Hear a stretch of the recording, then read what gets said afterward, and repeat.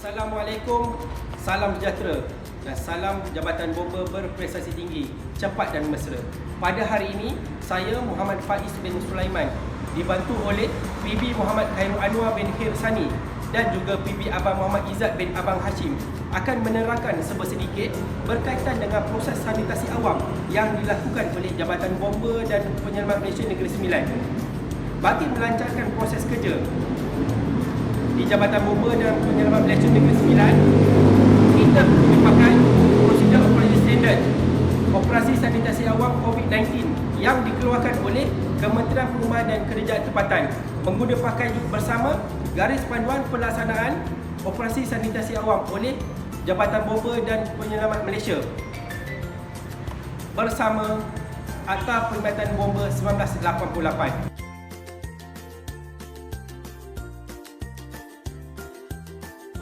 Sebelum kita pergi lebih jauh, kita perlu tahu apakah itu disinfeksi atau minyak kuman.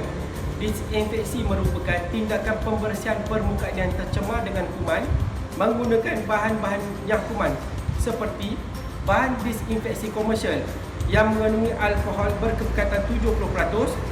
Yang kedua, cecair peluntur yang mengandungi 5% kepekatan sodium hypochlorite atau sabun pencuci.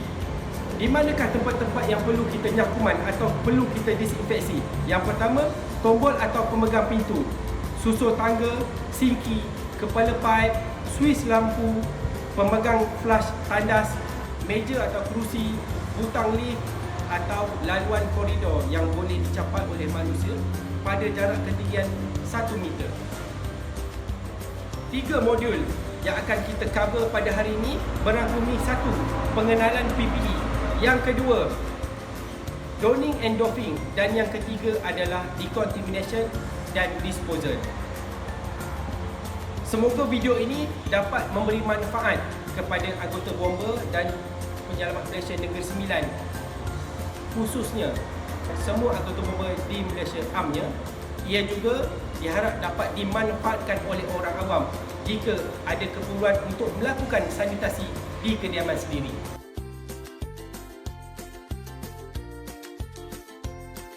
Untuk modul yang pertama, kita akan terus pergi kepada PPE, iaitu alat perlindungan diri kepada anggota bomba.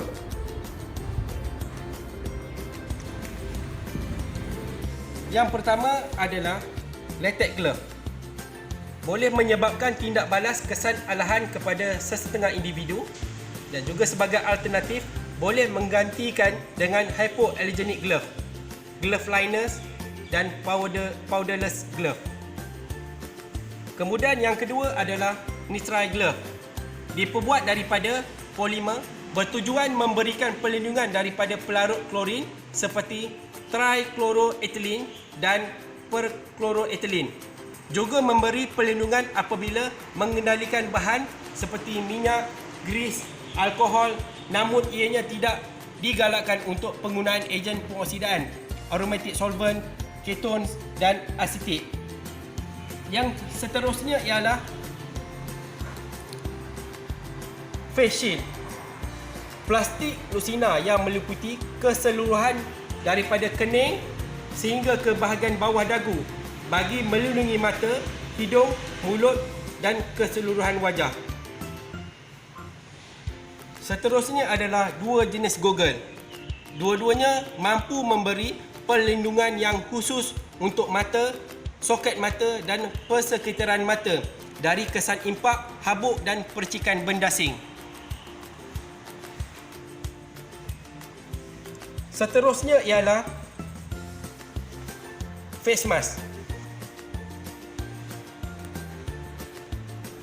Ada 3 jenis face mask yang biasa kita gunakan: surgical mask, N95 dan respirator. N95 mampu melindungi pemakai atau anggota daripada virus sehingga 95%, debu 100%, bakteria 100% dan debunga 100%. Manakala surgical mask mampu melindungi pemakai atau anggota bomba sehingga 90% daripada virus debu 80%, bakteria 80% dan debunga 80%.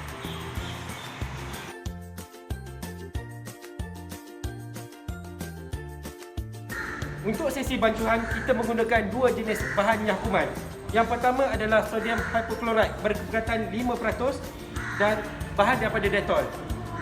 Untuk sodium hypochlorite berkepekatan 5%, kita mencampurkan 1 liter sodium hypochlorite dengan 9 liter air. Ini merujuk kepada prosedur operasi standard operasi sanitasi awam COVID-19. Setelah dicampurkan, campuran hendaklah dikacau sehingga sebati. Bancuhan ini sesuai digunakan untuk proses sanitasi di luar bangunan. Manakala di dalam bangunan, 1 liter sodium hypochlorite perlu dicampur dengan 30 liter air untuk tujuan sanitasi di dalam bangunan. Sebagai alternatif, kita juga boleh menggunakan bahan daripada Dettol. Untuk multi-surface cleaner atau kita gunakan antiseptik Dettol, perlu mencampurkan 2 tudung penuh Dettol dicampur dengan 1 liter air.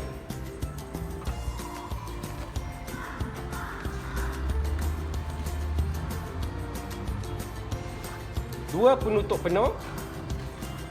1.